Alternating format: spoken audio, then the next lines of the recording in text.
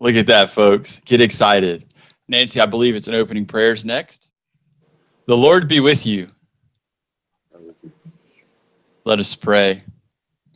Almighty and ever-living God, source of all wisdom and understanding, be present with us who take counsel for the renewal and mission of your church. Teach us in all things to seek first your honor and glory. Guide us to perceive what is right and grant us both the courage to pursue it and the grace to accomplish it. Through Jesus Christ our Lord. Amen.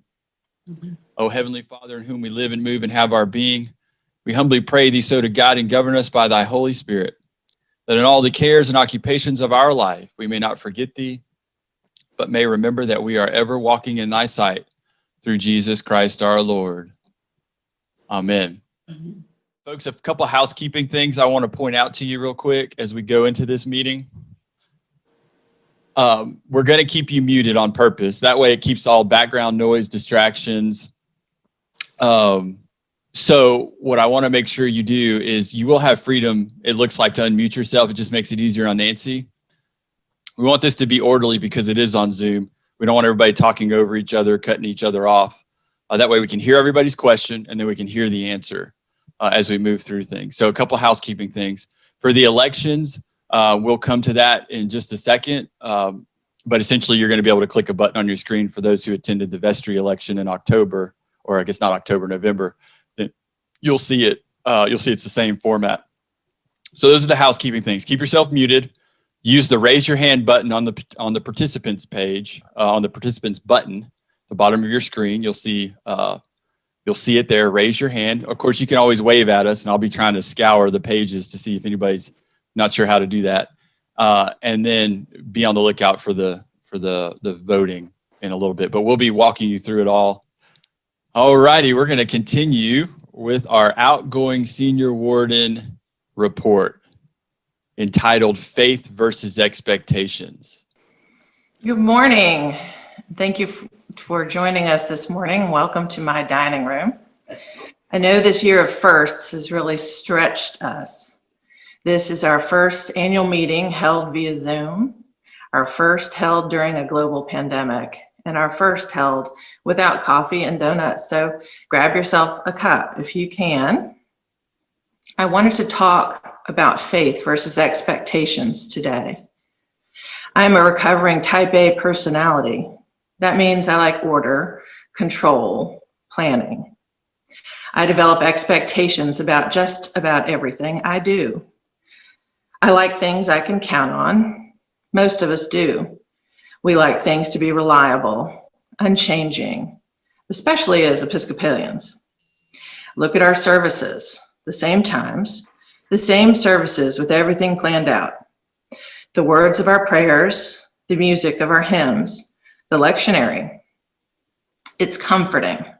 It fulfills our expectations and makes us feel at home. We tend to sit in the same pew each week, park in the same area, say hello to the same people, and write the same check. These days, perhaps we wear the same church pajamas. But we, just like the first Christians, are forced to deal with the unexpected.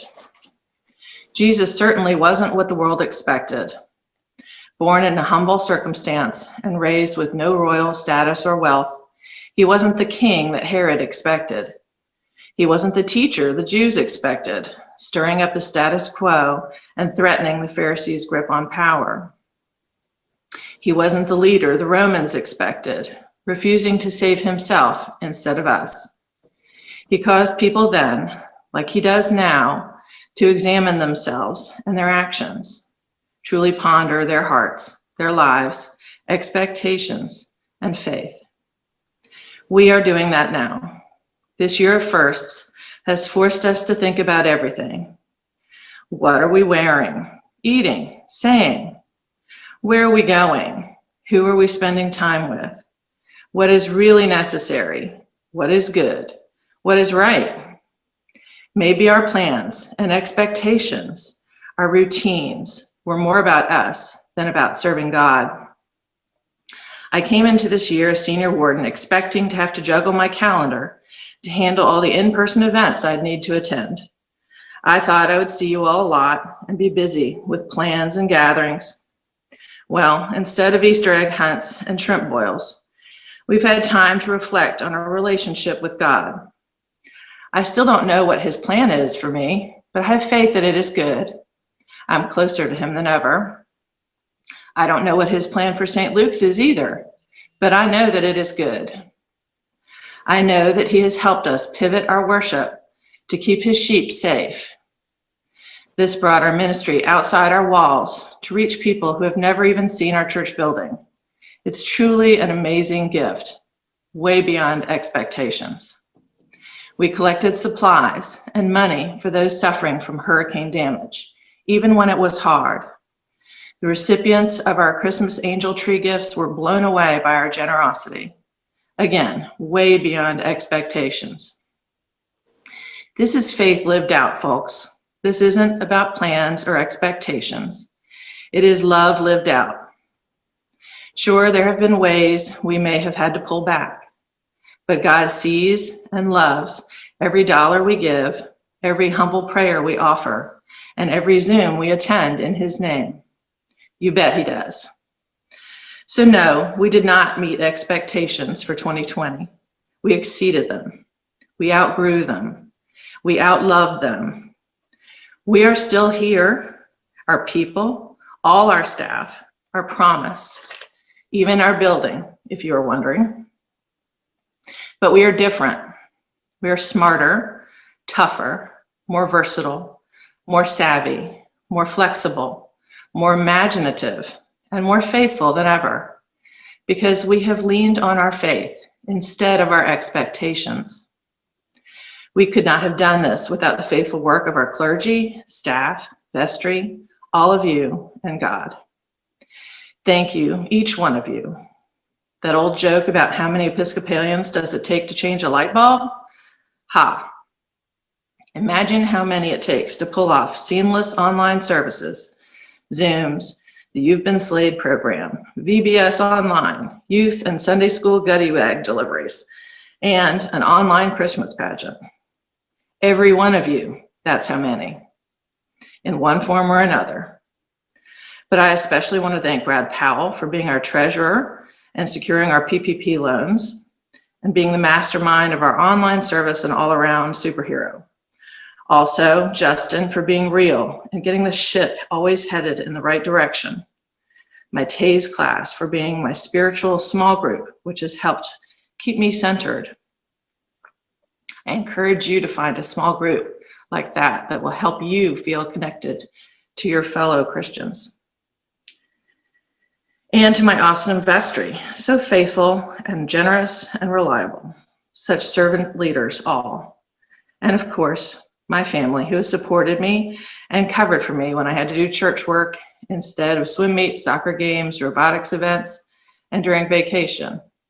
Except most of those things didn't get pulled off. Lucky you, now they have my full attention. So Proverbs in the Message, 16, 3-9, tells us to put God in charge of your work. Then what you've planned will take place. We plan the way we want to live, but only God makes us able to live it. So this year, I leave you with the question, do we want to live to meet our expectations or to live out our faith? I believe that we will live out our faith, trusting in God, hoping and praying and planning for the best, and letting God's grace take care of the rest. Thank you for the opportunity to serve on the vestry, on the search committee, and as your senior warden. It has been an honor, and I look forward to seeing the new ways we will live out our faith this year. Thank you, Liz. And I'm going to circle back to a whole lot of praise for Liz. And just for the moment, I really appreciate those very honest, heartfelt, truthful words from a disciple of Jesus at St. Luke's on the Lake. So I am so thankful for your leadership this year. Couldn't have asked for a better senior warden in a year of incredible first, amazing first, who has been so faithful in the stormy seas, just been my rock. So thank you, Liz, for all your leadership and hard work this year. And I'm going to come back to that. That's just the beginning of my praise. So you just hang in there. There's more on the way.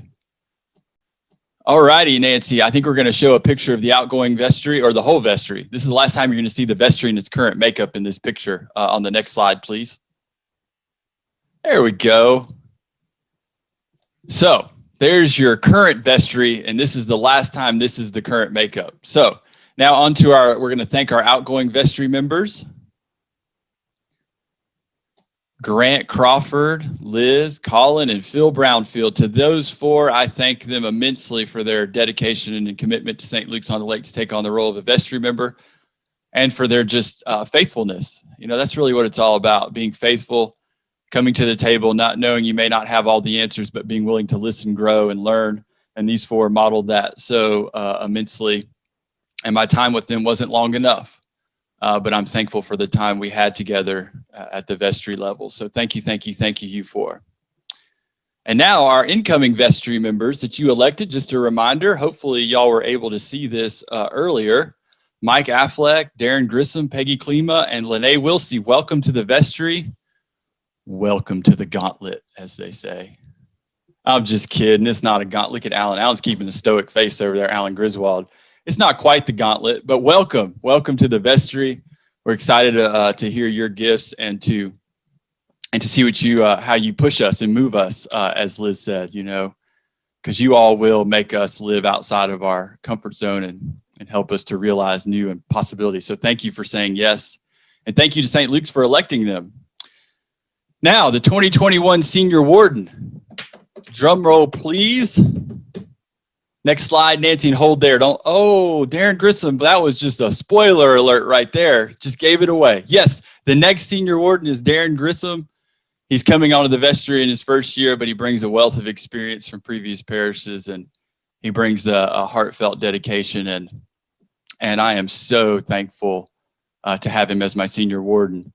And for those who want to know kind of Episcopal polity or rules, so the way it works is, immediately following this parish meeting, the new vestry will elect their junior warden, who's known as the People's Warden, and the rector appoints the senior warden. So that's why every year you'll see me appoint a senior warden, and this year I'm excited to appoint Darren Grissom, which I think we spelled his name wrong. But that's just awkward. We'll just move on. We'll just move on from there. All righty. So welcome, Darren. Darren will be out in front just like Liz was with me. And the vestry, and helping me to do some exciting things at that level. Okay, Nancy, moving right along.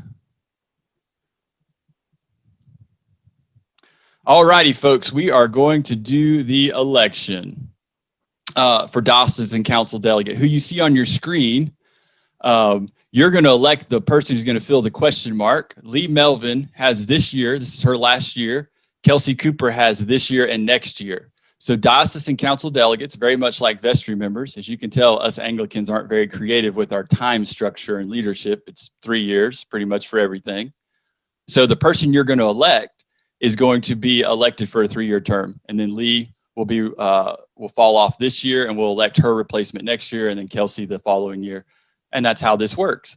And when we say diocesan council delegates, so just like we have an annual parish meeting, the work of the diocese is conducted once a year in February. This year it's online, and we come together and we pass all sorts of legislation for the work of the diocese. Now, an interesting thing I want to highlight here, just as a learning point: a delegate is not obligated to vote in the way of their parish. They are individuals called upon by their parish to represent their beliefs and feelings about whatever's out in front of them. And that's something that's always been unique about Anglicanism. It's true for our General Convention deputies who go and represent the Diocese of Texas at the national level. They go as individuals. They don't get together and decide. They all have to decide in the moment after they hear the discussion. Now, that makes it sound way more exciting than it is. It's not that exciting. It's important, but it hasn't been that exciting, thankfully, in several years in the Diocese of Texas. A lot of it's just housekeeping things that we vote on. And that's actually not a bad thing. That means we have a pretty healthy diocese. So without further ado, we're going to elect, or I guess we're going to meet. Nancy, I believe the next slide, I think, has some, there they are. There's your 3 choices, folks. Now, first things first, we need to, if you're ready, Nancy, we're going to put a doodle poll up. we need to accept that we're going to vote electronically, just like we did for the vestry election, and that the candidate who receives the majority votes will be the council delegate. That's what you're about to approve as soon as we pull it. So you'll have to check a box on your screen. It should pop up on your screen. I need you all to check that box and go at it that way. We'll see if we set a time record here. I'm waiting for 5 more. We have a majority, so we're good there. All righty. Motion carries. All righty. Now you have to, hopefully you read the bios that were presented to you this week. Hopefully you've had a chance to learn about each one of these candidates. Now is your chance to vote. So you'll check. Anyways, in just a minute, you're going to have a chance to select the name or the candidate you would like. And then the majority, it's a simple majority. The one with the majority votes will take the seat. So please, I want to see all 66 people vote. Deborah, if you would like to separate your voting, you'd have to log in on 2 devices. That's the only way around this online. It's a great question. I can give it another minute if you need to log in on a different device and you want to separate your vote in your household, which is fine. Weird times, I get it. Totally fine. And yes, Ron Cristobal said, and I'm just killing time to give people a chance who did want to log in on a second device to vote. Yes, Ron, thank you to these candidates for agreeing to run and to serve. Okay. All righty. It looks like Mary Weber has been elected as Diocesan Council delegate. So thank you, Mary. Thank you for serving and running. All righty. And thank you to Sherry and Jack for volunteering. And I do hope that both of you will continue to consider running to be council delegate. And another thing, this is to everybody, but particularly to you two guys, to you and Sherry and Jack, that if you are interested in diocesan level work, just talk to me, because there's lots of things you can do at the diocesan level that don't require being a council delegate. Actually, there's more opportunities to do things not being a council delegate than there are being a council delegate. So if you are interested, we can talk about your skill sets, and then I can plug you in and help plug you into the diocese. So I'm always excited to have people at the diocesan level working and representing St. Luke. So please don't be discouraged by this, and please just only be encouraged, and I'm happy to help you get plugged in. All righty, Nancy, I believe it's on to reports. Everybody just needs to give Nancy a round of applause for trying to balance polling, PowerPoint, all the above. I believe Christy Diver is going to give the report from the Children and Family Ministry Council as they look at 2021. So Christy Diver, I will actually take care of unmuting you. All right, so good morning, everyone. Glad to see so many people on the Zoom. So our mid-year 2020, St. Luke's participated in a review and a restart evaluation process of our children and family ministries and youth ministries with a third-party consultant. Upon the recommendation of our consultant, we gathered together some passionate, dedicated parishioners to serve on the steering committee, which we call the CFYM Council. In short, it's Children, Family, and Youth Ministries. The council is led by Kelsey Cooper, our Director of Youth and Ministries, and Lori Ann, our Director of Children and Family Ministries. The members include 6 adult parishioners, 4 youth parishioners, and 3 current vestry members, including myself. We began meeting in July of 2020, and we have met about once a month since then. And also for topical subcommittees once a month. So we meet once a month as a whole committee, and then we divided ourselves up into subcommittees, and we also meet once a month. The members of the council are as followed: Mike Affleck, Ken Anton, Jackie Ash, Leslie Benitez, Austin Collins, Amy. Oh my gosh, Amy, I can't pronounce your last name. Cusimano, myself, Grant I'm going to butcher this, Zarinko, Kelly Hill, Evelyn Hentz, Brooke Seaman Gregory, Clara Sosa, and Leanne Wilsley. So during 2020, we were able to plan a fun, spooky Halloween drive-through and a holiday-themed popcorn in the parking lot sing-along event geared towards our young families with youth. Christmas party was also happening simultaneously. So if you weren't able to go, you should probably see some stuff on Facebook about how much fun it was. Santa was there. We also discerned and wrote and approved new mission and vision statements for CFYM, plus much more that you can read about in the written reports for these ministries that you should have received via email on Friday. In 2021, we're excited about lots of new ideas. We're working on a pre-Lent pickup drive-through event. We're excited about the possibilities of doing the Easter egg decorating party and drive-in movies. We talked about a virtual bingo night, starting a camping outdoor ministry, getting younger families involved in our outreach, and we've made a list of all the outreach ministries and other fellowship ideas we dream of starting or more fully getting our youth and children families involved. Some of our dream outreach ministries include to start a community garden, volunteer with the Austin Area Food Bank, host family mission trips, and help schools both local and very distant with school supply drives.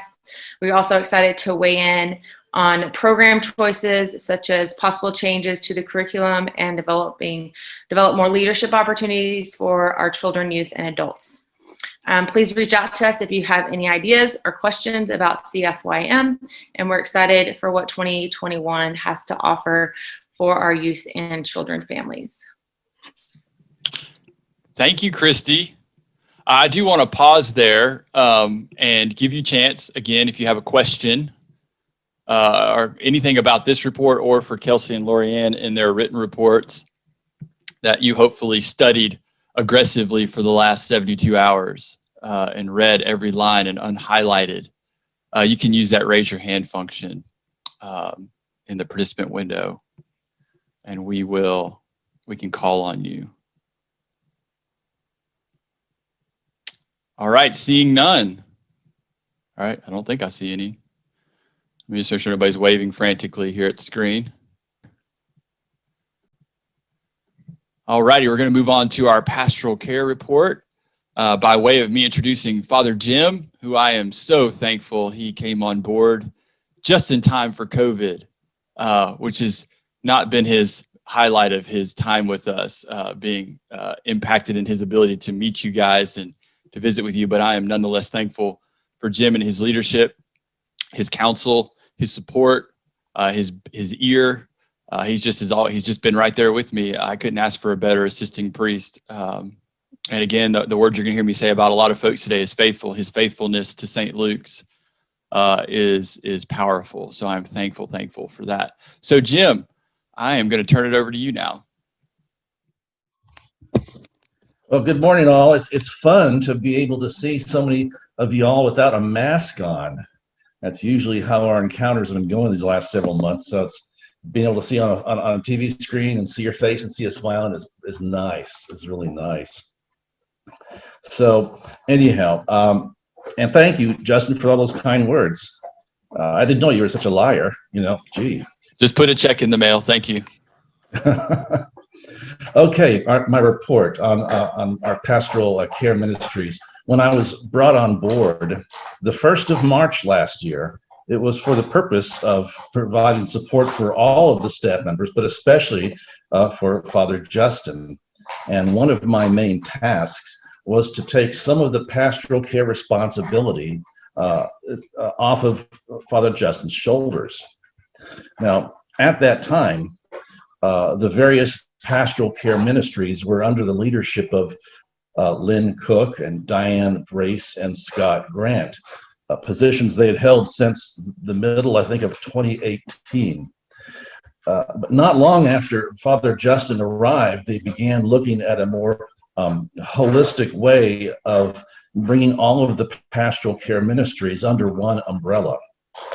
And all of the clergy, I must note, that who served with Scott and Lynn and Diane are indebted to them, quite frankly, for their hard work, for their selflessness, and for their dedication to their ministries.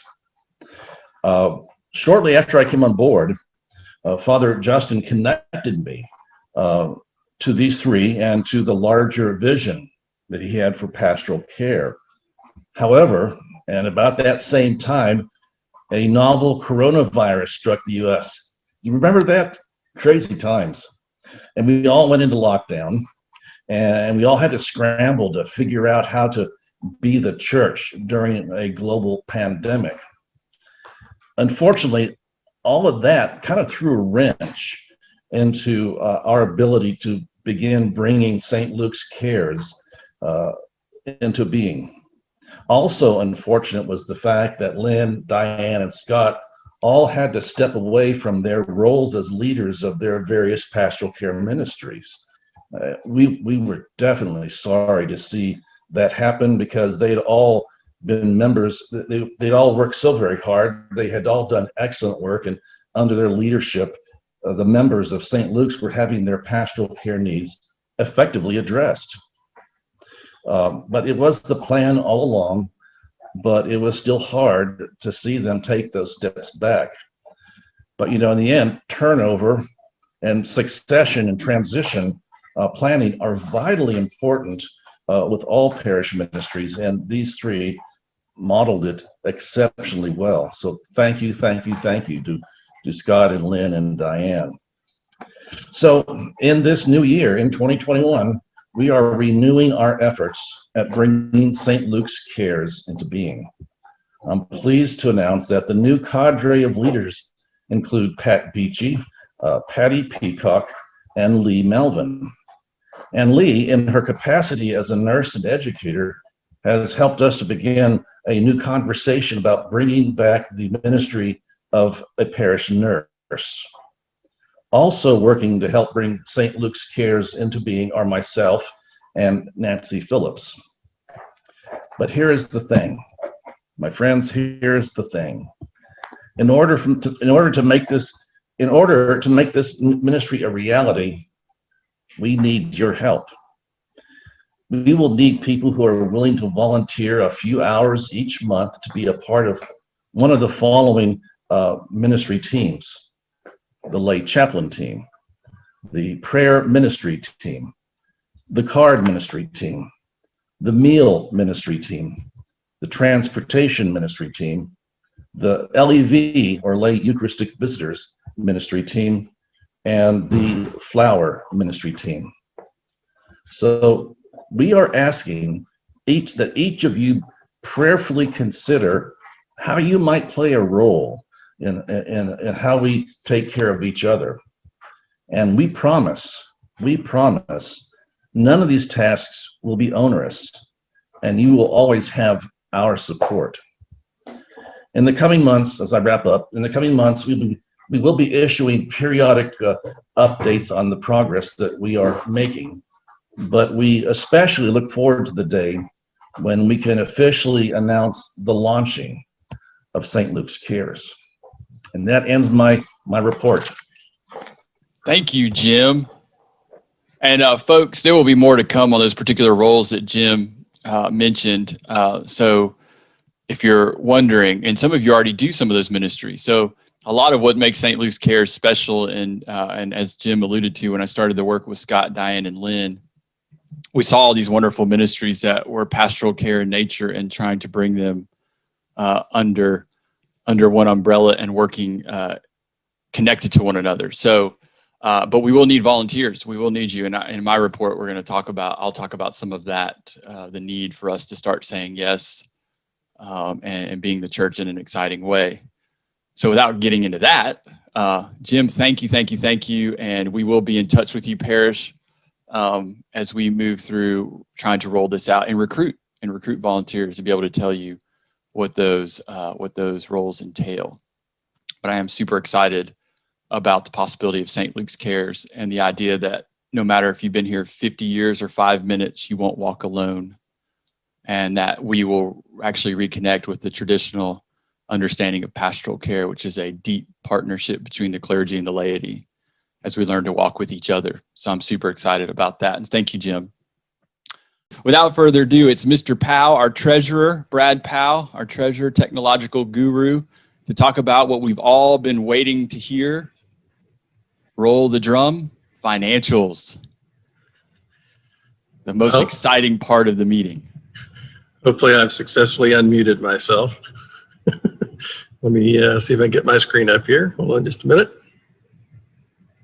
You did unmute yourself, you Baylor Bear. I'm a Longhorn too, Chief. So Can only be one in my book, Brad. So you're a Baylor Bear today. Tomorrow you can be a Longhorn. try not to place limitations on folks now. All right. Now let's see if I can get some video back up here so I can actually see a few other people, because it's very disconcerting to not be able to see folks. Again, folks, as Brad presents, just a reminder, please use the raise a hand function, use the chat function. Let us know what your questions are. And when Brad gets done at different sections, either him or I will be watching and we'll give you a chance to ask your question. So please let's keep it orderly and use those two things, raise your hand or chat. And like Justin, I'm going to be relying on Justin because there's 3 screens of y'all. I can't. I'm trying to keep an eye on what I'm presenting and everybody who's out there. So hopefully we'll be able to get it all through there. Hopefully everybody can hear me okay. The game plan here is I'm gonna kind of step through these in terms of where we were in 2020, and then I'll talk a little bit about the 2021 budget. And you should be able to follow along on the screen. And then after our meeting, we'll have printed copies of these reports at some point in time posted up so that you have a full kind of financial report instead of how we're going to break it up for the presentation today. So we'll start with talking about, see if I can, there we go. We'll start off by talking about the budget to actual for 2020. And so what I've got here up on your screen is just the revenue side of the picture. You can see we've got one column that shows the 2020 budget. We have the other side that shows the 2020 actual, and then what kind of variance there was between the two. Let me just start off by making a general statement about 2020, and that is, relatively speaking to many other parishes and many other churches in general, and just lots of people in general, the church was able to do very well financially. And that came from, in no small part, from the generosity of our parishioners. It also came in the assistance of, you may have heard us talk about a PPP loan, which is the payroll protection program that was made available by the federal government. And we were also the benefactor of some grants from the diocese, and I'll talk a little bit about those as I go through. All of those things have actually made 2020 a sustainable year for us, and we feel very fortunate about that. There's not a lot of churches that can necessarily say that. So without any further ado, we'll talk a little bit about revenue for 2020. You'll see that we were a little bit over on pledges. We had about $9,000 more in total pledging, which included both regular pledging and prior pledges than we had anticipated, so that was good for us. Looking at the line that says prepaid pledges released, you'll see a $10,000 number there. The reality of that number is it was an audit adjustment that our auditors had us make in terms of recognizing something that we thought was going to be a 2020 pledge, but turned out to be a prepaid pledge, which has to do with what year it ends up falling in. Our non-pledge collections is the one place where we had probably the most difficulty. This line rolls up all of our non-pledged giving, which includes plate offerings, non-pledged, and then large gifts that are considered non-pledged designated. Our non-pledged line by itself was down by probably around $20,000 or $30,000. Part of what made up the difference for us in 2020 that we still had a fairly good year was a number of large gifts from parishioners. But in addition to that, we also were the benefactors of some gifts that we had planned on and some gifts that we did not plan on. So the overall place for concern for us in non-pledged was that clearly plate offerings were down because we haven't been meeting in person in our church. So there hasn't been any money going into the plate, and non-pledged giving in general was down for the year. Facility use, which is note number 3 there. Once again, we haven't been using our facilities a lot as a result of COVID. So the impact there has been some of the revenue that we charge in facility use for folks that are typically here for summer programs and things like that have not been here. We did have the School by the Lake, which is a pod of folks that were doing school for their youngsters remotely using our annex, helped to supplement some of that. And we're thankful for being able to provide them that opportunity, as well as being able to pick up back a little bit of our facility revenue. And then down here at the bottom under other, you'll see a big positive number by note number 4 there. And that is the result of 2 grants that we got from the diocese. The first of those was a diocesan assessment grant that was about $19,000-ish. It covered almost a quarter of cost in terms of our assessment. For those of you that aren't aware, the assessment is the amount that we pay to the diocese every year. And the canons don't allow them to just say to us, hey, don't worry about it, don't pay it. So what the diocese did was they set up grants for the parishes that we could apply for, and they provided us with money to pay them, which sounds kind of funny, but it is the way and the opportunity that they had in order to be able to help out parishes with parish assessments during the course of 2020. So we received that type of grant. That was one item. And we also received a $2,000 technology grant, which we used towards technology and trying to be able to do online services and things like that. Overall, on the revenue side of things, that put us in a position where we were about $27,000 above the amount. Now I got to go back. $27,000 above the revenue that we had forecasted for this calendar year. So now we'll look a little bit at the expense side, and I'll kind of hit on each one of those that I have annotated as well. You should see a little thing kind of pop up with an explanation. So first of all is in the sort of payroll related category. We had gaps in our assisting clergy. There were times when we had 2 folks here helping out clergy-wise. There were times when we had 1. The combination, some of that shifting around allowed us to save a little bit of money in the course of this year. In addition to that, note number 6 is on the lay employee side of things. We had a shift from PPO type health plans to HSA or health account type plans for our employees, which allowed us to save quite a bit on our healthcare costs during 2020, which is part of the reason for that large overage or underage there. Moving a little bit down to facility maintenance and insurance, you'll see that there's about a $7,000 amount there that we were over on the budget for this year. That is largely from unplanned HVAC repairs. We actually had a very large one that we had planned, and then we had a couple of small ones that we hadn't planned for, which is part of the reason for the overage in facilities maintenance and insurance. Office expense, that's probably the place where we had, it was more or less our catch-all because of all the things that we had to do related to COVID.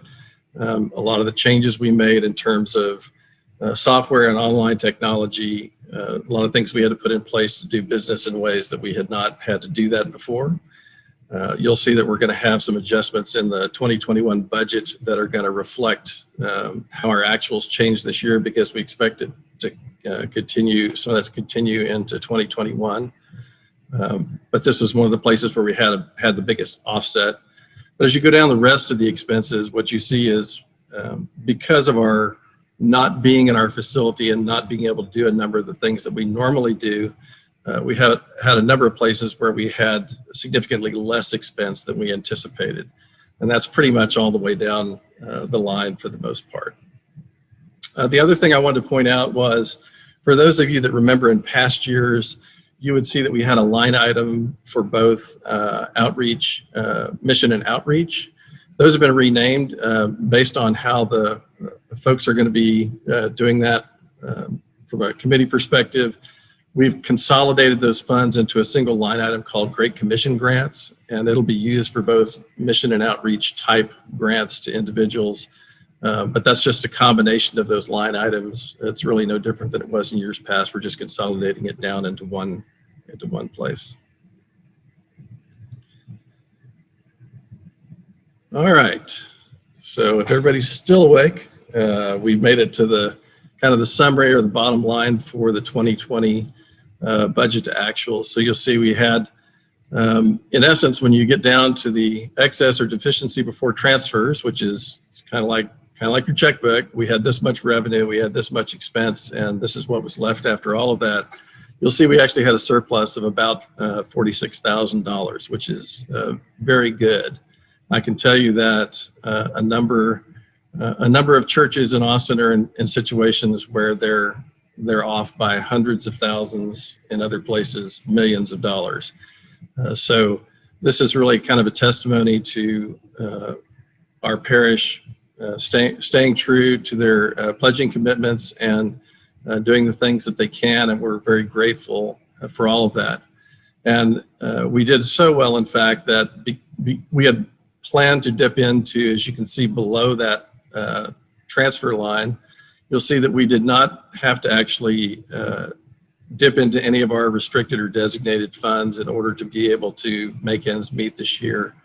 And we also the vestry chose to not make any kinds of requests from the endowment to allow, since there was speculation throughout a good portion of the year what was going to happen in the stock market and how the endowment investments were going to do, the decision was made to basically wait till the last possible moment and not take a distribution from the endowment if at all possible, and we were able to do that. We were able to do that as well.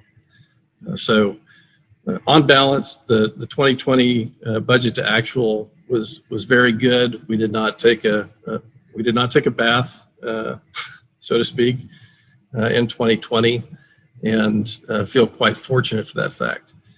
The other thing I'll point out that helped us do that is the PPP loan that we applied for through our depository and got through the Small Business Administration.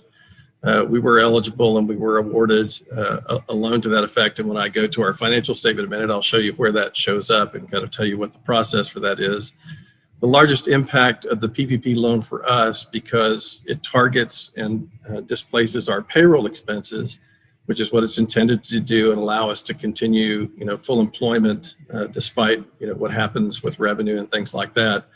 One of the biggest things that it did for our parish in 2020 was by offsetting those, by paying those payroll costs and providing us additional cash, it put us in a much better position in terms of our operating cash for the start of this year. You guys have heard me talk before about the fact that the finances of a church are kind of like a ski slope. We start off the beginning of the year, we generally have sort of positive cash flows right at the beginning, and giving is really good at the beginning, but as you move down the year, we kind of go down the slope like this until we get down till about, say, November, December timeframe, and then we typically take a dip up, and the skier can, make a nice jump off into the next year. That is typically what's happening right at the bottom of that little dip in the ski slope. We're having to move around quite a bit of operating cash to keep our operating balances up to make sure that we can meet all of our bills and things like that until things dip right back up. This year we didn't have to do a lot of moving around of money. Having the surplus of cash that the PPP afforded us made our fall situation much better. All right. There he already said that. So this is a recap of our financial position. It shows both 2019 and 2020. These are both unaudited, and I'll talk a little bit about that when I get to our 2021 budget in terms of what we've chosen to do for our audit package in the coming year. But what you can see is we, as I said before, we have a significantly better starting cash position in 2020 than we did in 2019. And a lot of that has been driven by the availability of the grants that we received and the PPP loans that we received. The balance of that is, as you look at this list of numbers, down here we're along under liabilities, you'll see that there was an increase here in long-term liabilities. And the reason for that is the PPP loans are exactly that. They are issued to us as a loan, and barring anything else, we would have to pay it back just like a loan. The thing that makes those unique is that we are allowed, as long as we demonstrate that we use the funds as indicated by the federal government and by the Small Business Administration, that loan will be forgiven, which means that we will not have to pay it back. So we're actually in the middle of that process. Our lender has just opened up their portal for us to submit our forgiveness application, and we fall into if you've watched any of this in the news, it's the new one-page form because we didn't have a multi-million-dollar PPP loan. Ours was for $110,000. Because it's under the cap that they set, we basically have a one-page forgiveness form that we need to fill out and provide some supplementing documentation to show that we spent the funds on payroll as it was intended, and for they can also be used for utilities and a few other things. So that being said, our cash position is real good. We do have that liability that we're currently carrying on our balance sheet. We expect that to go away here in the next 2 to 3 months. Depends on how long it takes the bank to process the applications. As you know, there are many people in our same position that are submitting the same kind of forgiveness paperwork. Given that, I'm gonna stop right there before I move on to what's coming up in 2021 and see if anybody's got any questions. All right, folks, you can use the chat or raise your hand. As Kevin said in the chat, if you open that participant window, you'll see a list of participants in the bottom right-hand corner. You'll see raise your hand. Alan, let me unmute you, Alan. Give me just a sec. Or Kelly Hamlet. All right, you should be able to unmute yourself, Alan. I've given you permission. Okay. Brad, can you hear me okay? Okay. What I wanted to know is, are we eligible for the second round of PPE based on losses? I know that there's a lot of times there's people that got the first PPE that are going to be able to get the second one because they didn't end up with the amount of losses that they thought. Are we going to fall into a category of being able to get it or not? So the short answer is we believe that we will qualify for essentially what will be sort of round 3 of the PPP funding.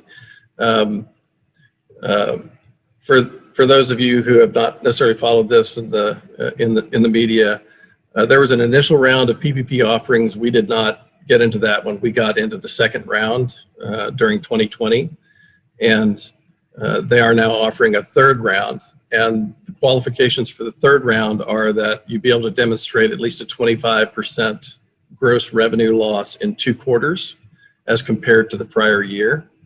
That's the criteria that determines whether or not you would be able to reapply if you hadn't actually had if you had already had a PPP loan. The initial numbers that we ran show us that we think that based on our quarter 3 and 4 results, we should be able to qualify because in, I think, both of those quarters, we had between a 25% and a 30% gross revenue loss. So the answer is yes, and it is our intention in 2021 to apply for that funding. And that's not a guarantee that we will actually be granted the funding, because I'm sure that the competition, just like it was in round one, will be and two will be significant. So, Thank you. Thank you, Alan. Is there anybody else, or we'll keep moving? And of course, you can keep your questions, and we can, you can raise your hand, and we'll let Brad keep going. We can always come back, so don't feel pressured.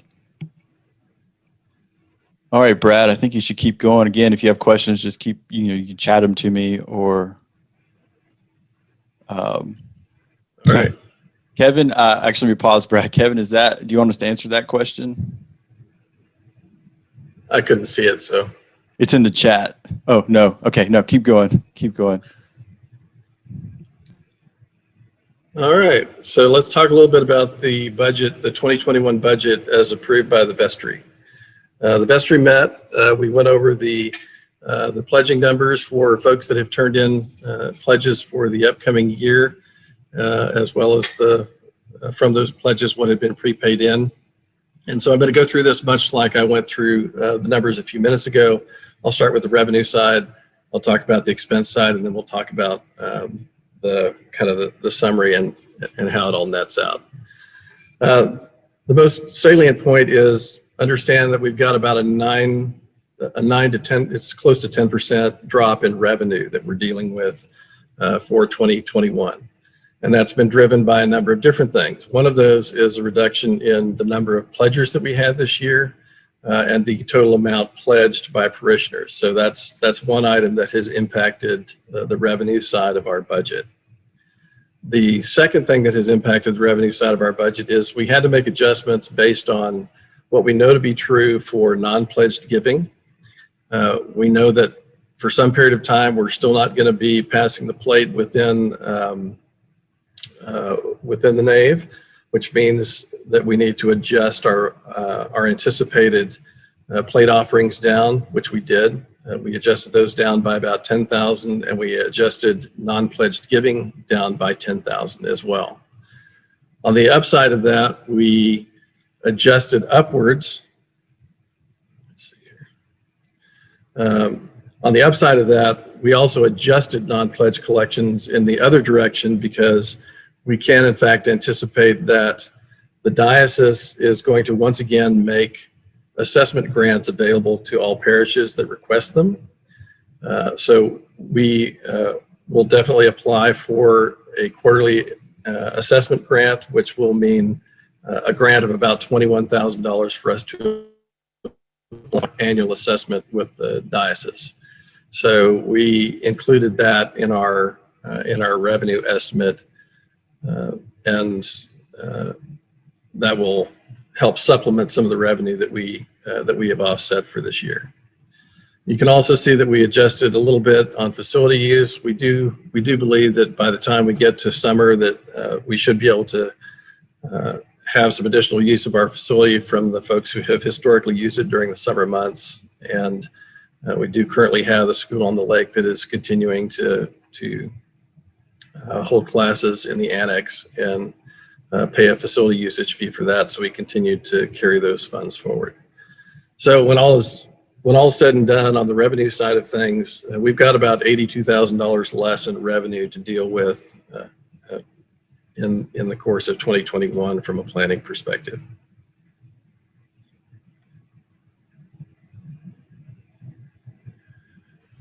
So this is the expense side of things. And much as we did before, the comparison here, and I'm hoping I'm going to move.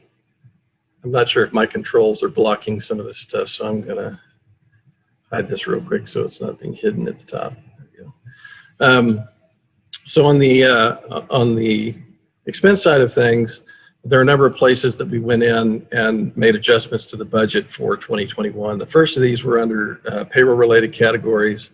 And you'll see that there's about a $19,000 reduction under clergy salary, wages, and compensation. And that is largely related to reducing the amounts that were in there for assisting clergy is where that came from. Also dropping out some We had some pension numbers that were in there last year that had to do with covering some back pension for Father Andrew before he left.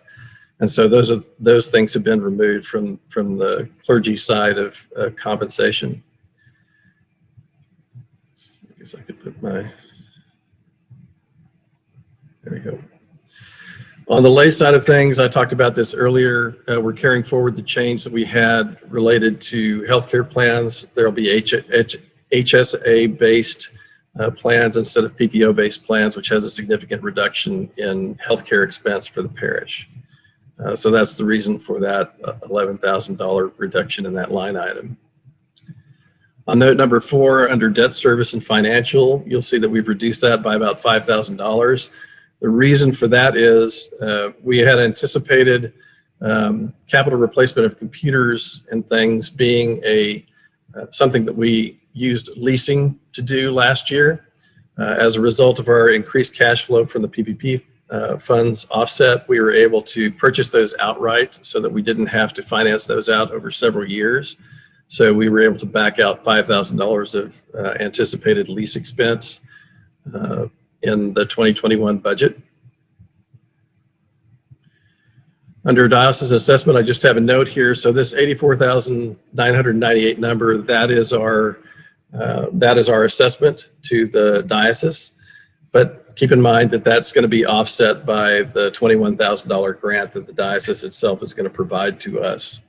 So when you net that out, it'll be more around 63 for the year. But we have to show the grant revenue and the expense on opposite sides. So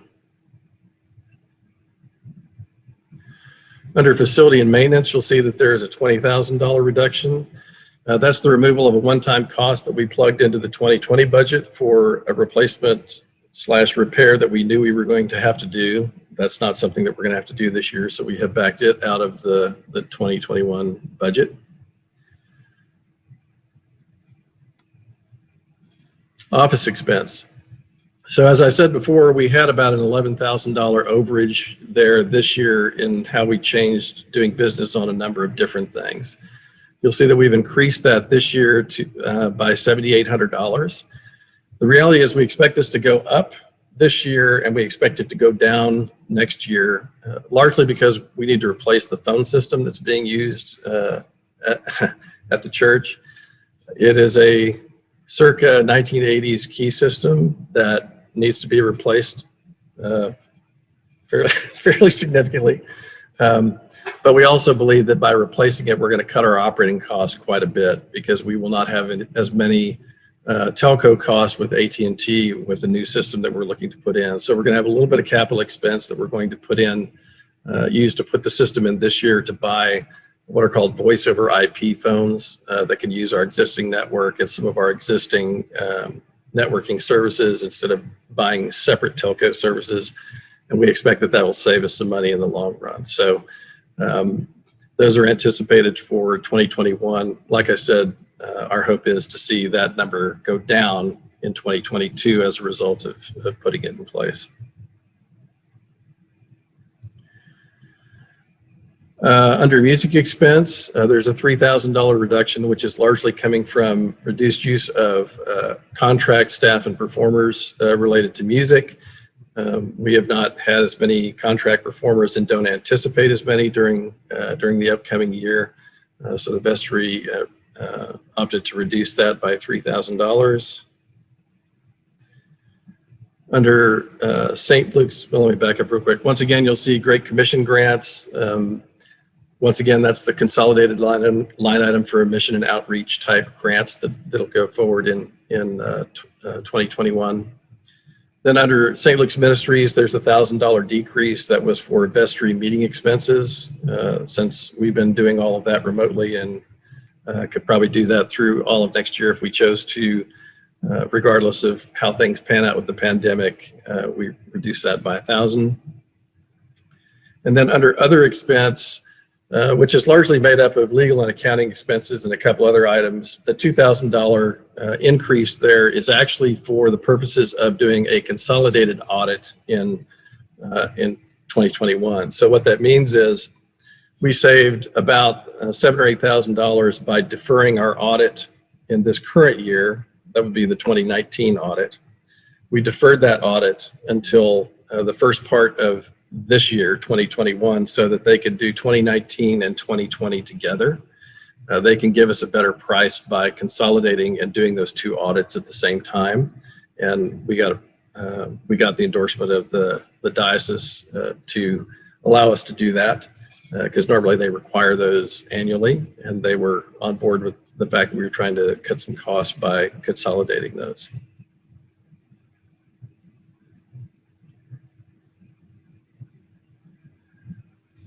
So here's the summary. So what we've got is $832,890 in revenue and $882,723 in expense. The net of that being a deficit of $49,833. In order to deal with that, one of the things we are going to do is we are going to ask for some funding from the endowment to fund some of our educational programs for 2021. And you can see that that's down by note 11.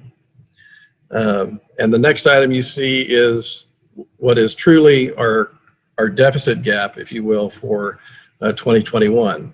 And I want to make sure and refer to it that way so that people understand that this is the amount of money that we're short.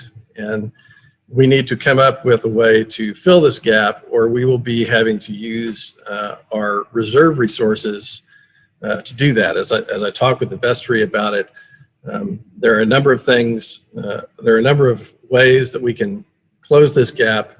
One of the ways is by what's reflected here, which is what we need to do for accounting purposes. We have to be able to demonstrate this budget that if push came to shove and this budget stays exactly the way that it is, we would take that money from reserve funds and use that to balance the budget. However, there's dangers in doing that, because in essence, what we'd be talking about doing is we're going to our savings account to cover the cost of our normal ongoing expense. And really all that would do would be to kind of kick the can down the road 1 year, and we'll be right back here next year trying to figure out how we're going to pay for this part of our ongoing expenses with some of the reductions that we've had.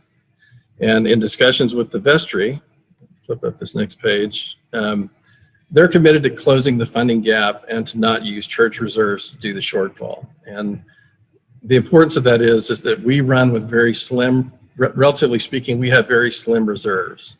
We don't have a lot of reserve money there available to us. And it takes us a significant amount of time to build those back up if we start depleting them. So the commitment from the vestry is that we'll be evaluating the financial situation each quarter. And if we get to 6 months and it doesn't appear that the gap is going to be closed, then the vestry is going to make some mid-year budget adjustments to ensure that we don't have to dip into our reserves to make that happen. And so in essence, there's two ways that that happens. One is we have additional revenue that has been presented to us in one form or fashion, and we'll talk about that. Or we're going to be cutting, we'll be cutting expenses that we don't believe will materialize in the course of the remainder of the year. So that being said, what can you do as parishioners to help us out with this? Let me, before I go much farther with this, let me be clear about one thing. I am very positive about the financial situation that the parish is in. If you look around our metropolitan area, if you look to Houston, if you look to other parts of the diocese, our financial situation is very good. There are lots of folks that are facing hundreds of thousands, if not millions of dollars of gaps in their budget in the upcoming year. There are folks that are looking at having to cut their staff in half because they are not going to have the kind of money that they need to sustain during 2021. That's not the situation that we're in. The gap that we have, I feel, is something that we can close fairly easily. It is the size of a gap that this parish has routinely closed fairly easily. If you think back a couple of years, we showed you some gaps that were larger than this one, that in fact, folks came forward and made that happen. So what it would take in terms of giving and for the parish is for us to show God the money. And people are just going to think I like to use these slides every year. And it's true, I do. I just happen to really like this movie. But and this year I couldn't make fun of Gary and Alan because last year I got to say that was them jumping up and down on the other side of the screen. But the bottom line is that we need to come up with a little additional money. We understand that for some people that's a possible thing. We understand for other folks it's not. And we're sensitive to that and we understand that. But I do want to kind of put into perspective what it is we're talking about to close this gap. And that's about $5 a week. Okay, if you look at the number of pledging units that we have in this parish, which is between 150 and 160, that number of people putting up $5 a week is more than sufficient to close the gap that we have on our budget. So what I would encourage, first of all, is that if you have not made a pledge this year, and we'd like you to prayerfully consider making a $5 a week pledge. It may not sound like a lot of money to you or to others, or you may, but I will tell you that over the span of our parish, it will make a big impact on our budget. And the reality is most of us put away, or I don't want to say throw away, but spend that much money each week without even really thinking about it. Okay, $5 a week. That's a cup of coffee at your nameless coffee shop that you might go to for a handmade cup of coffee. Your 6-piece chicken McNugget meal that you value so dearly is about $5. My favorite, and it's for lots of reasons, is the thing that I will put aside to be able to put my $5 a week up is, and my wife can appreciate this, my pint of special ice cream. I should probably be able to do $10 a week because of the amount of special ice cream that I eat. And online game downloads, for those of you that are having food delivered to your house these days, this is it's very generous to say that the $5 delivery fee for one meal is about in this bailiwick. So we would just ask folks to prayerfully consider, if you have not made a pledge yet, we'd love to see you make one, even if it's just for this, or even if it's just for half of this, so that we can close this gap up and be able to move forward in the course of the year. So let's see, I think that was my entire spiel. So once again, if you guys have any questions, I'd be happy to field what I can on behalf of the vestry. All right, Brad, I have some questions in the chat. Okay.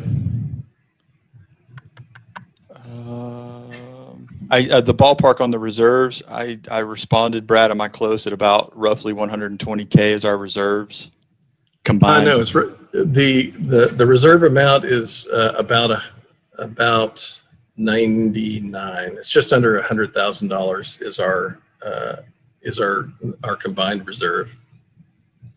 All right, I was over. Okay. Are the budget numbers with pledges coming in late, what you showed in terms of the deficit, is that pretty accurate at this point in time? That was a question. It's within $1,000. Okay.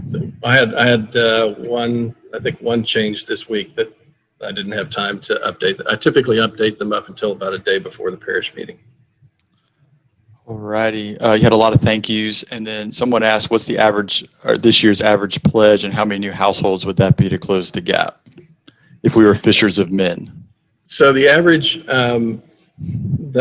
pledge across all pledges made, so we had approximately 156 pledging units, which made the average pledge around $4,500, which is actually an increase from the prior year. And that largely comes from the reduction in the number of pledging units more than anything else. But the average pledge was around $4,500 across all those pledging units. And then what was the other part of that, Justin? That was it. $4,500 times 10 would be pretty close to closing that gap if 10 new pledges came in on the average. That's what the person was asking. So that's my simple math. My simple math on closing the gap at $5 is if you take roughly 150 people and multiply that times $5 times 52 weeks, it'll put you right about $40,000. And the reason that's important, folks, and I'm not dismissing the person who asked the question about new pledges, I'm all about getting new families in the church, is what Brad's saying is at this particular moment in time, we have each other. You have yourselves. So at least we know with the people we have who are committed to St. Luke's, it's $5 a week. And I will add, and I want to say more specifically, one of the roles of the rector is as the head of the staff. When we have these conversations, and the staff are very aware of this, they've been around the church a long time, if we can't close that gap and maintain that over the long haul, some of those questions about staffing come to light. So that's part of what I want to keep. I mean, I want to keep it real. I've always said I'd be honest with you. And that's part of when you look at our overall budget, that's what you're looking at. I mean, we have some big pots of money that we can pull from. And that's one of them. I'd rather not do that. But that's what the vestry and we had a very powerful, difficult, honest, and frank conversation when they approved this budget, which is their job here earlier this month. And that's some of what we discussed. So I think it's important you as a parish hear me say that it's not something we look at to do fondly. And I'm going to come back to this in my report, but it's on the table. It's everything that was on that budget is on the table. If we have to go back in a quarter or 6 months and try to readjust the budget. So it's about closing the gap, and it's about maintaining that closure going into future years as well. And again, I'm going to come back to that in my report here shortly. Are there any other? I did not see any other questions. Does anybody have any questions? I'm just going to scan the screens. While you're scanning, I would like to give a kind of a brief shout out. For those of you that aren't aware, we put together a finance committee that we've been using this year. And so I would like to thank the members of my finance committee, Mike Fields, Bleckley Dobbs, Mary Weber, Kelly Sosa. I appreciate you guys taking the time to meet each month and go through the financials with me and provide me feedback on the things that we're talking about and that we're taking to the vestry. I appreciate you all making the time, and just want to make sure that everybody knows that those folks were contributing their time and have been very, very helpful.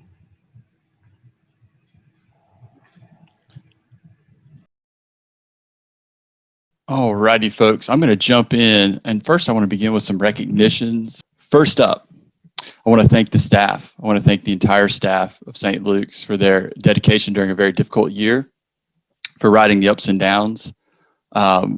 They are people that I sometimes wonder if we take for granted. And I would encourage all of us to thank them in the most creative ways you can at this particular time, because they do a lot. They fill a lot of holes and gaps where we don't have volunteers. So I'm thankful for them. The other one's kind of a funny thank you, but I need to do it here because I don't know who it is. But whoever has been giving me Starbucks gift cards in the vesting room in my prayer book, clipped to my microphone, I really appreciate it. I think it might be the Daughters of the King. I don't know that for certain. They're coming in pretty regularly. Yes, I love me a good cup of Starbucks. Now you can take at least one of those or two of those cards and put it towards 2021 now after Brad's spiel. In prior churches, it was a DOK, but I just want to thank that person who clearly doesn't want to be known, but I'm aware of it and I'm truly thankful. I just don't know who to thank. So whoever you are, you're being really creative and funny. So thank you. And now on to my wardens. Now my wardens are both going to get a plaque, which I realize you probably can't see. I'm not even going to show you. They're going to get these beautiful plaques. But more importantly, Jim and Liz have done some fantastic work this year. Liz is my senior warden who has been there right alongside me, helping to navigate very challenging times, in-person worship. She sat on the committee that helped put together the protocols we follow for in-person worship. She's given selflessly in a very busy time in the life of her family. And I am truly, truly thankful for her and for all that she's done this year. And I know that she will not fade away, as Alan and Gary and many wardens before her have not faded away. They have continued, not faded away, continued to be involved as leaders in the church. And I am thankful for that. Jim Jim has done a fantastic job at a time where it's hard to come on the campus. It's hard to get meetings together. It's hard to do anything really in person. And Jim has faithfully worked with his committee and with Tom Wood and Mikey to maintain the property and grounds. And I'm very, very, very thankful that he is the junior warden. That might be one of the most thankless jobs on the vestry sometimes and in the church, is being the junior warden. So I hope you will all take a moment to send both of them a letter or email of thanks for doing what they've done this entire year. And then, as you heard Jim say, there's many people I want to thank, so many folks. I'm going to name some few individually. The whole Pastoral Care Network, Deb O'Neill and her Eucharistic visitors, on down to Mary Dugan, who is no longer with us, and all she did for meals. These three have really gone above and beyond and modeled selflessness, commitment, care, dedication to St. Luke's, and helping bring us to the threshold of St. Luke's Cares. And I am truly, truly thankful for all that they've done. Diane Braceland, Cook, and Scott Grant, I can't thank them enough. And as Jim eloquently said, they did model what true succession planning is. They could have stayed on, they could have kept going, but they knew it was time for a healthy ministry for them to stop their work and pivot to other kinds of work in the church, which they're all doing. And I am truly thankful for them. This lady, Kim Hall, talk about somebody I don't think y'all realize how much she does behind the scenes. Not only is she our acolyte master and substitute acolyte during COVID, but she is the one who builds all those wonderful magazines you see and many other things that go out to you. She works closely with Barbara as a volunteer and gives oodles of time. I'm talking hours, days of her time she doesn't have. She gives faithlessly, and she just does it with great humility. And I am truly thankful to Kim Hall. She created our Celebrating 60 Years of Joyful Giving. It means a great deal to me how much she gives. Jim Bissett is another one I need to identify. He has done so much to connect everybody to Longhorn Village, to keep them streaming. I believe he actually goes and sets up watch parties for worship so they can worship together at times when they're allowed to meet. He stays in touch with the office. He is our liaison. He has done so much. And also in this moment, do want to thank Ralph Weston, who's on the vestry, for all his dedication and working with the staff and leadership. And Ralph has hit some health challenges, such as your prayers for him. So those two individuals, and Jim Bissett, who has gone above and beyond setting things up. So thank you, Jim. He does not go unnoticed. And last but not least, the myth, the man, the legend. I don't know how you think Brad Powell. You know him as treasurer. You know him as the tech guru. You know him as the guy who seems to know how to do everything, but doesn't want to play with the septic tank. That's where he draws the line.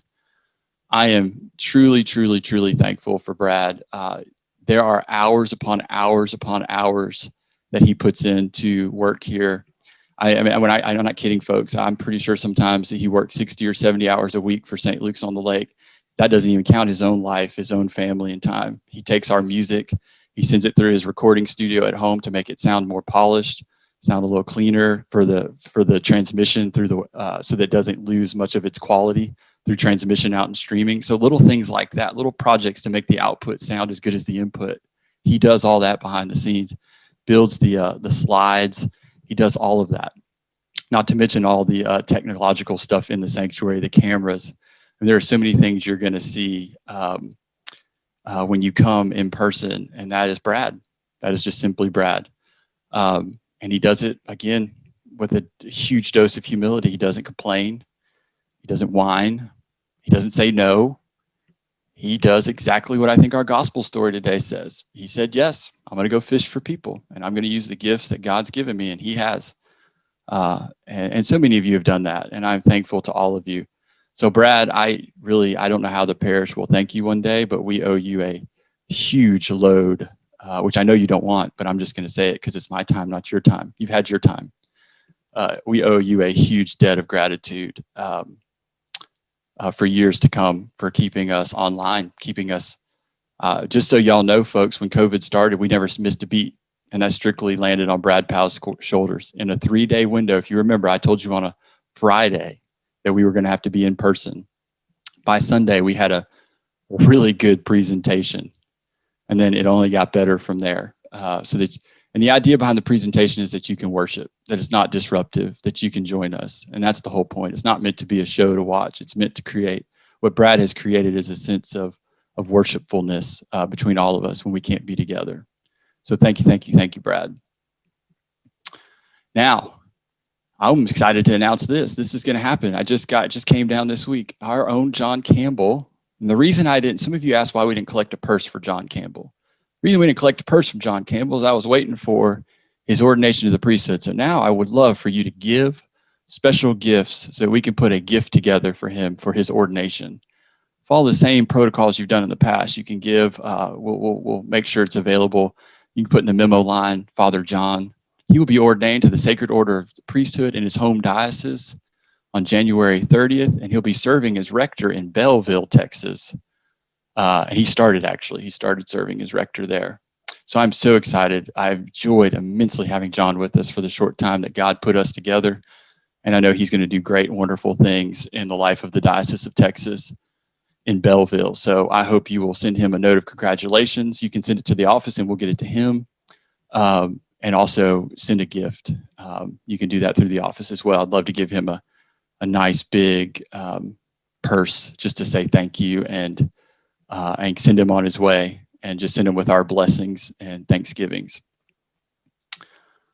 All righty, now I'm going to jump into my address. So 2020, we learned to pivot and pirouette.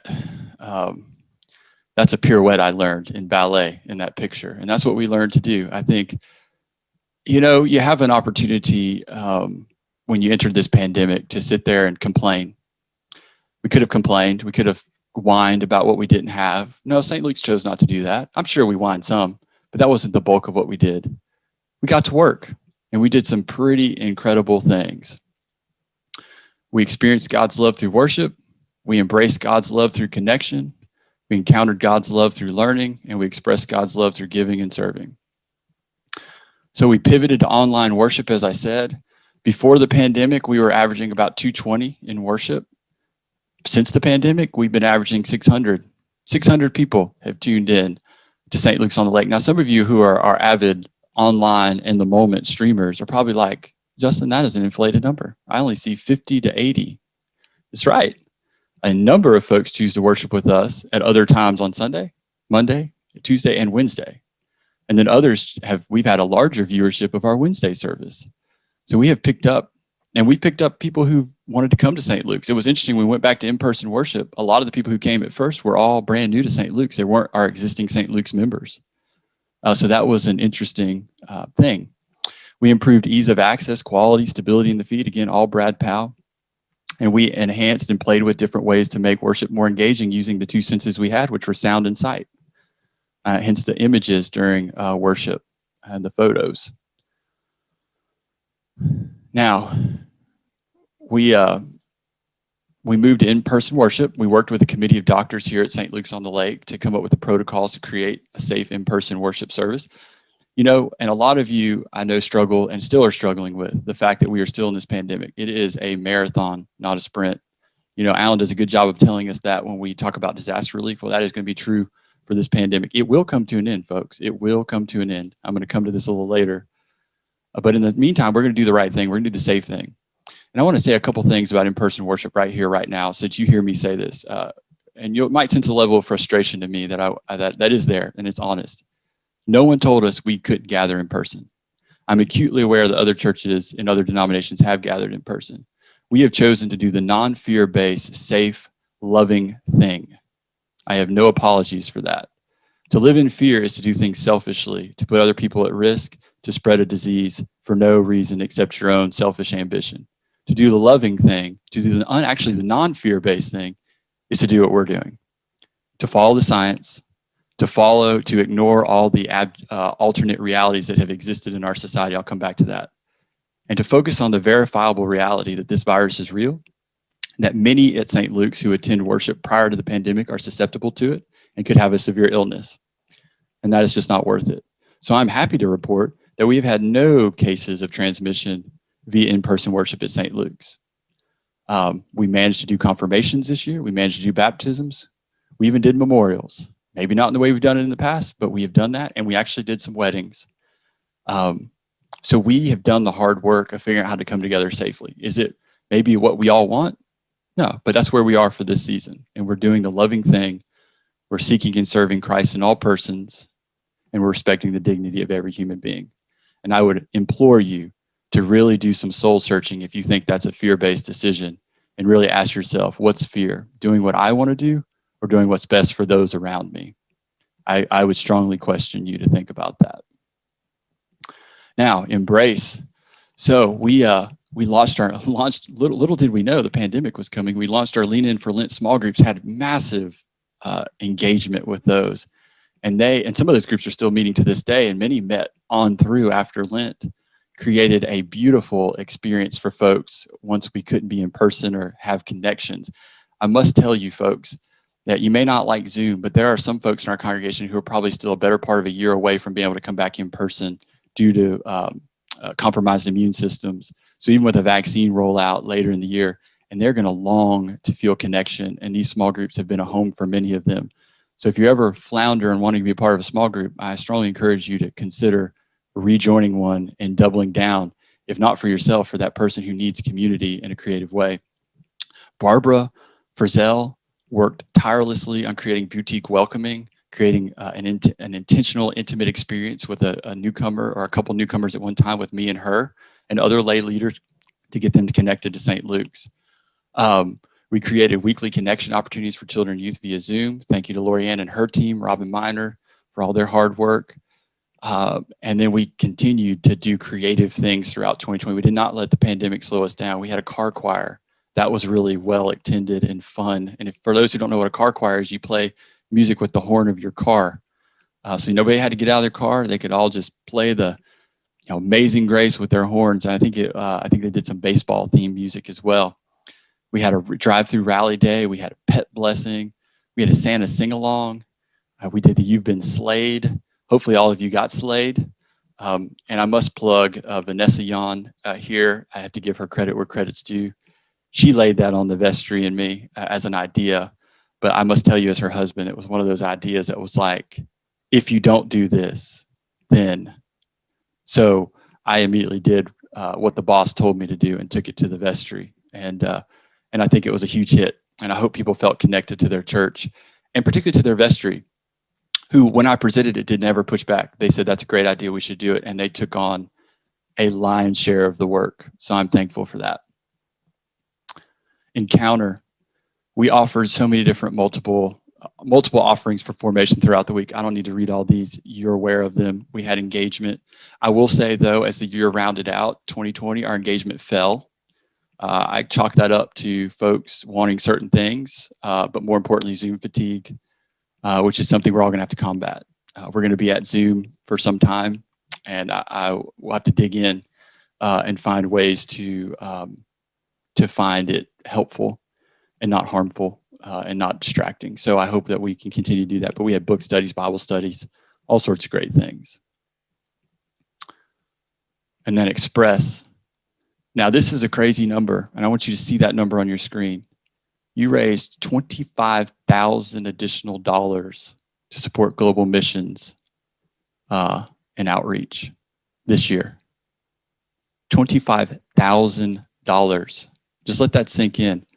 A little over 20,000 of that went to disaster relief. That's how you responded to multiple hurricanes.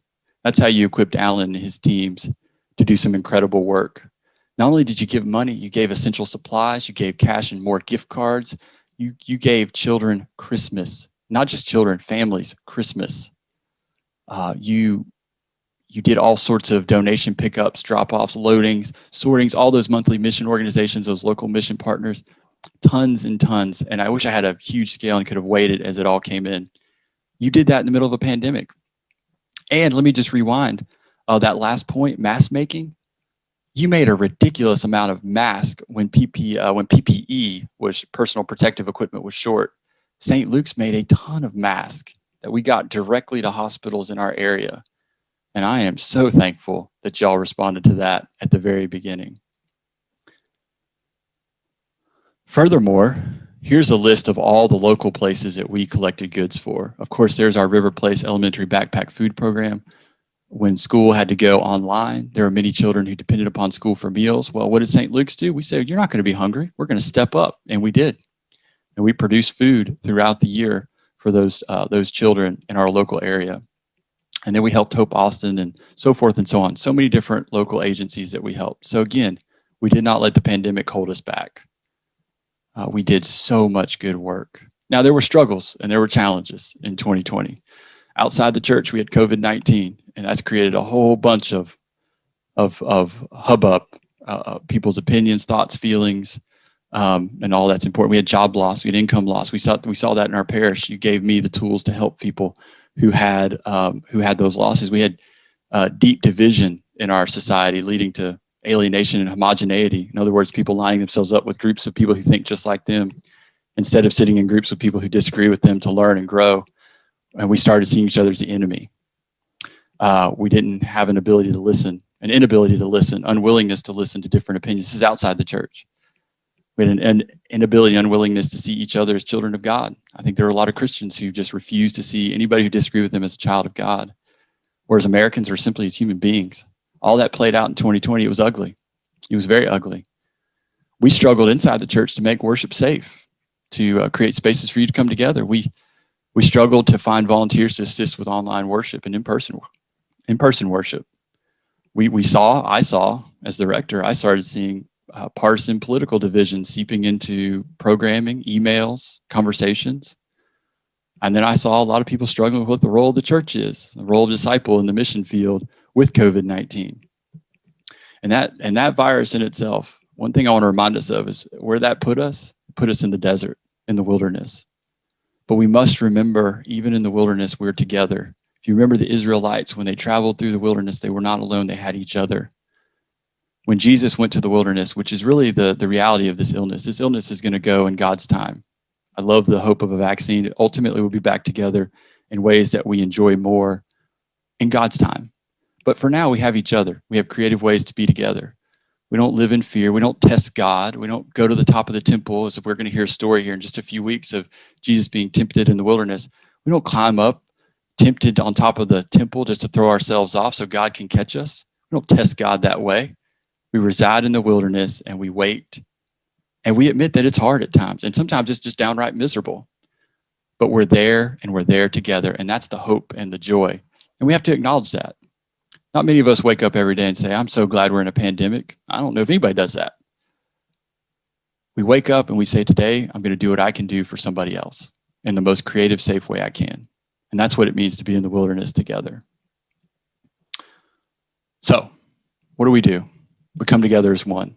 One church, one faith, one baptism. We come together as one. We are a very diverse group of thinkers and people, as I've grown to learn here at St. Luke's on the Lake. And it's most important, our rich history is we've always come together. We've always been one church. We've always been focused on one mission.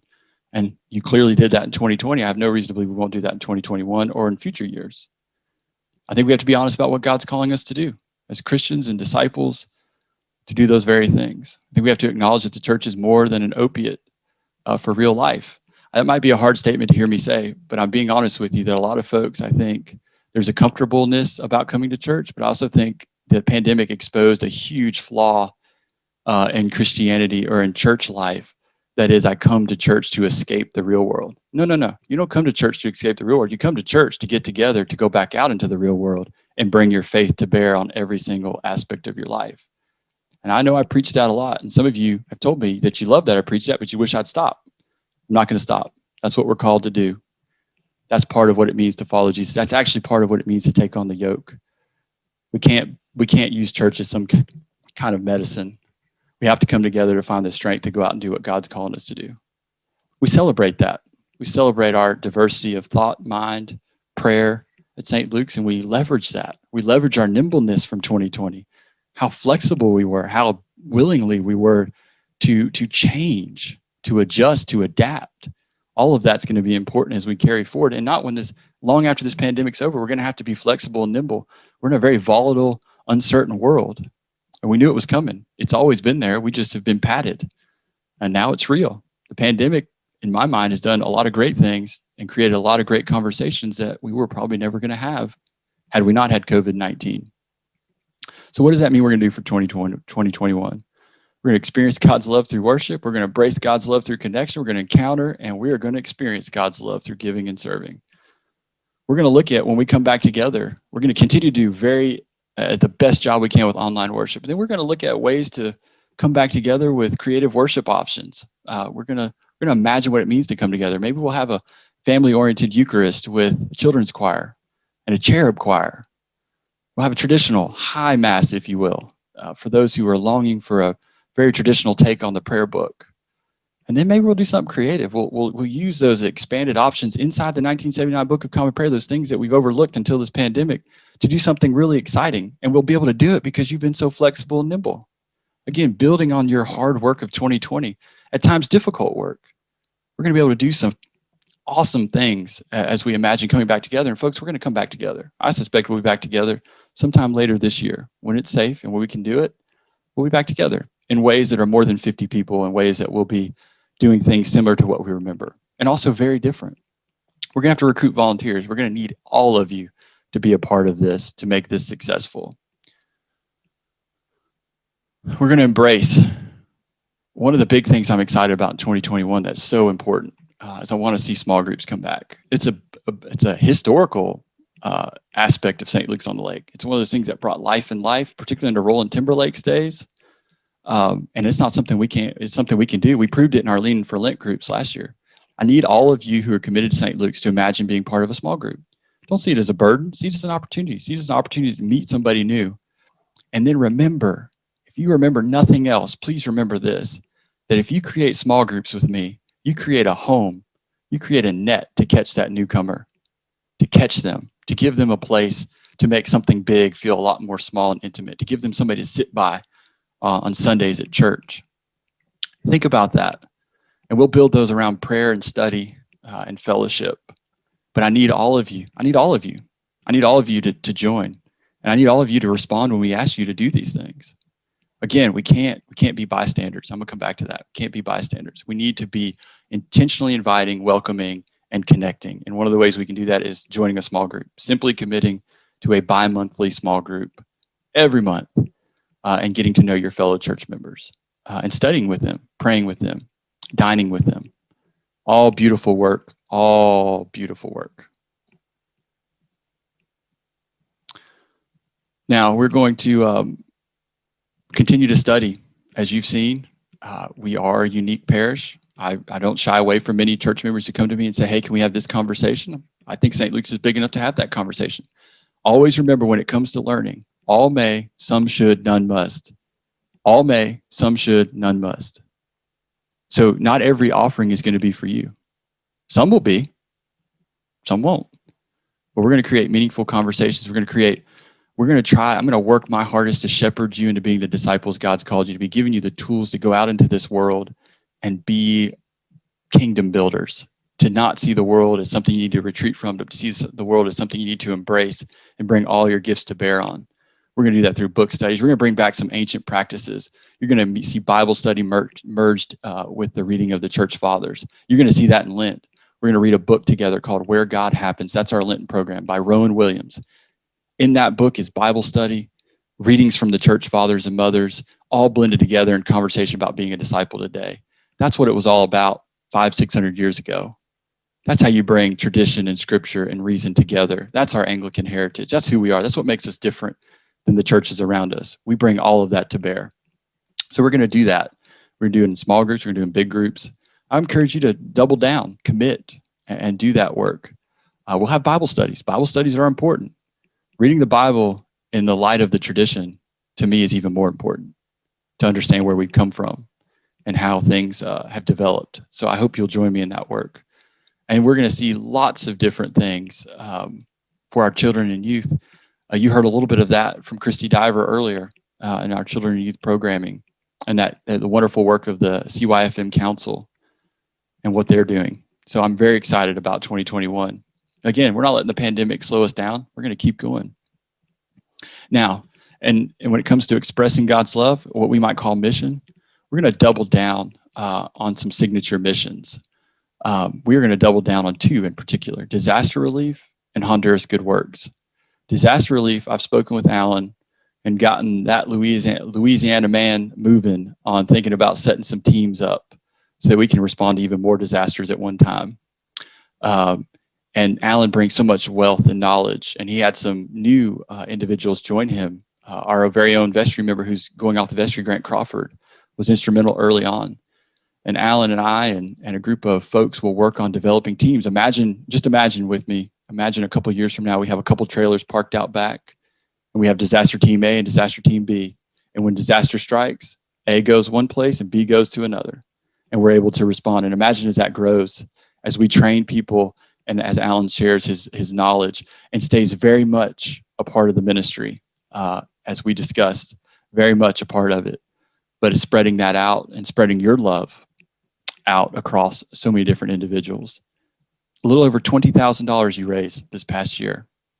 There's lots of love to be shared at St. Luke's on the Lake. And there are lots of hands and feet that want to be those in the world where these disasters strike. And I am so thankful for all of that. So I look forward to seeing that grow. Also with Honduras Good Works, had a beautiful meeting with many of you around Honduras Good Works and how we can deepen our connection. And through their work, possibly imagine a companion parish in Honduras, a community that we pray for, partner with, take mission trips to, and come alongside in an international way. And I think that's a great step for St. Luke's on the Lake, to be able to partner with a church in another part of the world so that we can learn. It's not about what we can give them. It's about what we can learn from them and what they can learn from us in relationship. And Honduras Good Works not only serves in a medical capacity that we can come alongside, but they also open the door for us to be able to do that.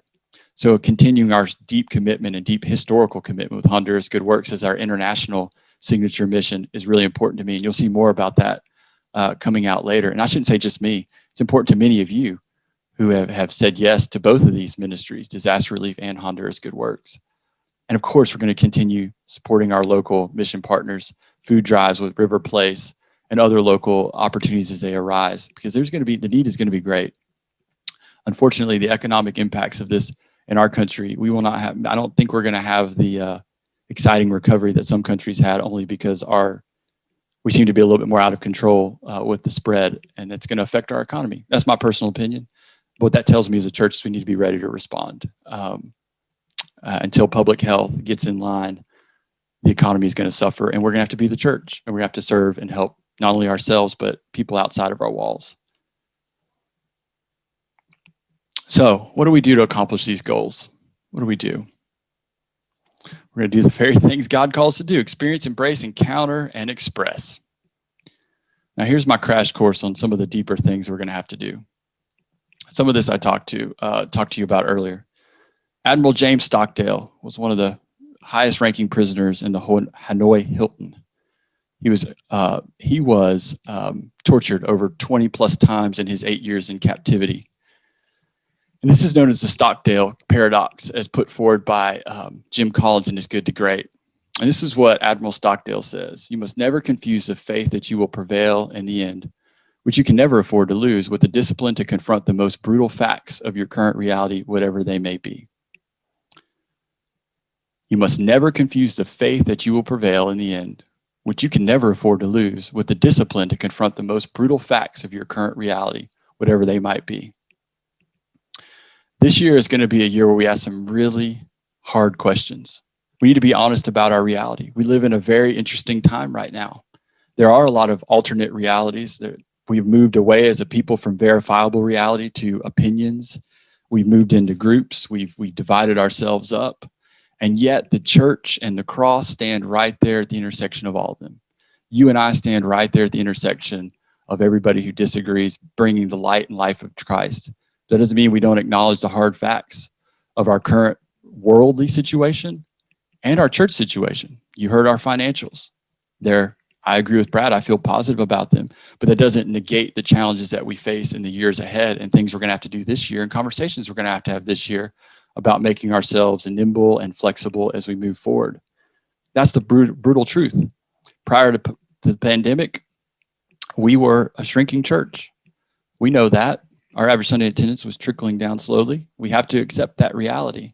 The only way we can engage these realities is to accept them. Once we accept them, then we remember, because of Jesus Christ and because of each other, we can prevail, and we will prevail. The Church will continue. St. Luke's will continue. But we have to be honest about where we are and what we need to do. And one of the big things we need to do is accept our position and accept our call as disciples. As you heard in my sermon today, what does it mean to be called and go out and serve? To serve is not to be selfish, it's to be selfless. And we have to do that. Another thing we're going to really focus in on, the vestry and I, is finding our hedgehog. I love this.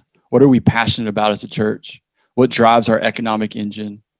And what are we at the best in the world at? Well, I know there's 2 signature missions we're really good at. I know what we're passionate about. We're passionate about Jesus Christ. We're passionate about sharing the good news. And now we just have to turn that into missional evangelistic. This is where evangelism kicks into that third sphere. That's called start being a church that is inviting, welcoming, engaging. Start posting on your social media that you're in church. Start talking about St. Luke's in your circle. Start talking about anything and everything St. Luke's, and admit to people that St. Luke's isn't a homogenous group of people. Remember, at the core of every human being, they want a sense of belonging. They want to know that they belong. They want to know that they're accepted where they are. That is the essential aspect of a church. We must give people a chance to belong and be accepted. And that's going to be the key to us growing and then doubling down and simplifying what we do, focusing on the simple things that St. Luke's does really well and can afford to share with the world. And we do that work. That's finding our hedgehog. That is doing the things that God's called us to do. And it's hard. It's hard at times because it means we're going to have to let go of things that I want over and above for the things we need. And that's always hard in churches. You know, the consumerism that has impacted the church over the last 20 years has done a great harm. We've created churches where you church shop, where you find a church that I'll fit in, I'll get something out of. You should show up at church and wonder what you will give to that church, how you will share yourself with that church and community. And we have to do that. We have to create space for people to find that. And we're already doing some of that, and we have to do it more.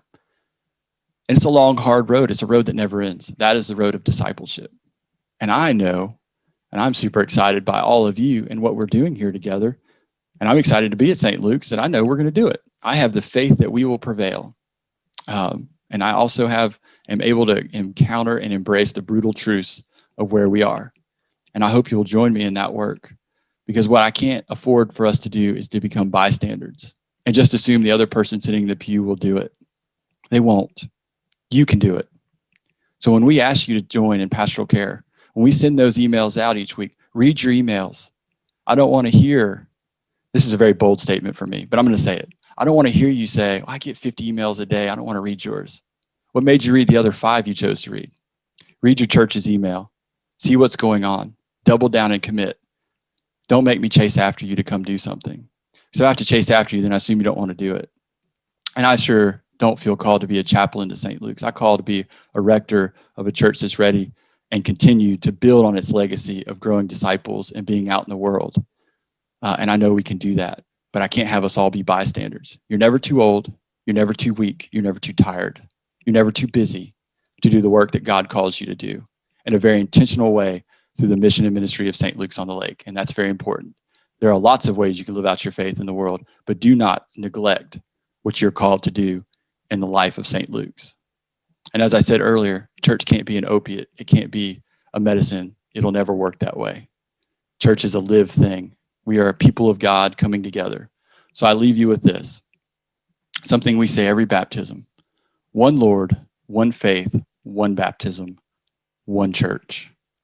Together we can be the one in this side of Austin, in this part of the world, and in this part of God's kingdom, as kingdom builders, disciples, and lovers of Jesus Christ. And let our light shine in one bright light together in 2021. So this concludes my report. And to that end, it also concludes our annual parish meeting. So in good old worship fashion, I want to say, go in peace to love and serve the Lord. Alleluia, alleluia.